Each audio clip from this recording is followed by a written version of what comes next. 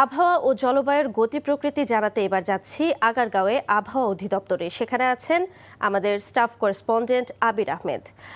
আবির, আজ থেকে আবহাওয়া কেমন যাবে এবং ঝড় বৃষ্টির কি পূর্বাভাস দিয়েছেন আবহাওয়াবিদরা?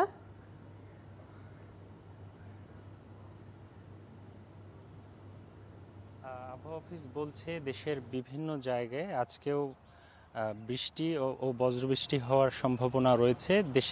বিশেষ করে দেশের ৮টি অঞ্চলে ৪৫ থেকে ৬০ কিলোমিটার বেগে দমকা হাওয়া এবং ঝড় প্রবাহিত হতে পারে এবং নদী বন্দরগুলোতে ১ নম্বর বিপদ সংকেত এবং সমুদ্র বন্দরগুলোকে এখন পর্যন্ত ৩ নম্বর সতর্ক সংকেত দেখিয়ে দিতে বলা হয়েছে।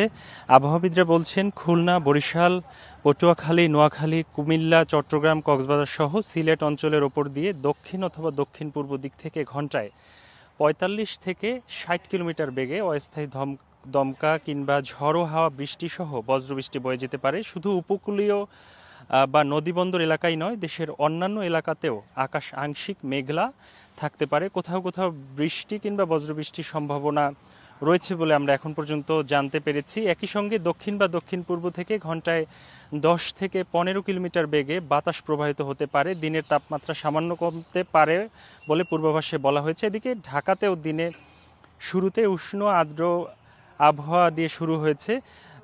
রাতের তাপমাত্রা ছিল সর্বোচ্চ তাপমাত্রা ছিল ৩৩.৫ ডিগ্রি সেলসিয়াস এবং আজকে ঢাকার তাপমাত্রা ২৮ ডিগ্রি সেলসিয়াস হতে পারে। এখন পর্যন্ত যে আবহাওয়াবিদরা যেমনটি বলছেন যে সকাল থেকে বৃষ্টি হওয়ার সম্ভাবনা ছিল, ঝিরিঝিরি বৃষ্টি হয়েছিল ঢাকাতে, এখনও কিছুটা রোদ রয়েছে এবং এখন পর্যন্ত নদীগুলোকে ১ নম্বর বিপদ সংকেত, সমুদ্র বন্দরগুলোকে ৩ নম্বর সতর্ক সংকেত দেখিয়ে দিতে বলা হয়েছে এবং বৃষ্টির সম্ভাবনা রয়েছে।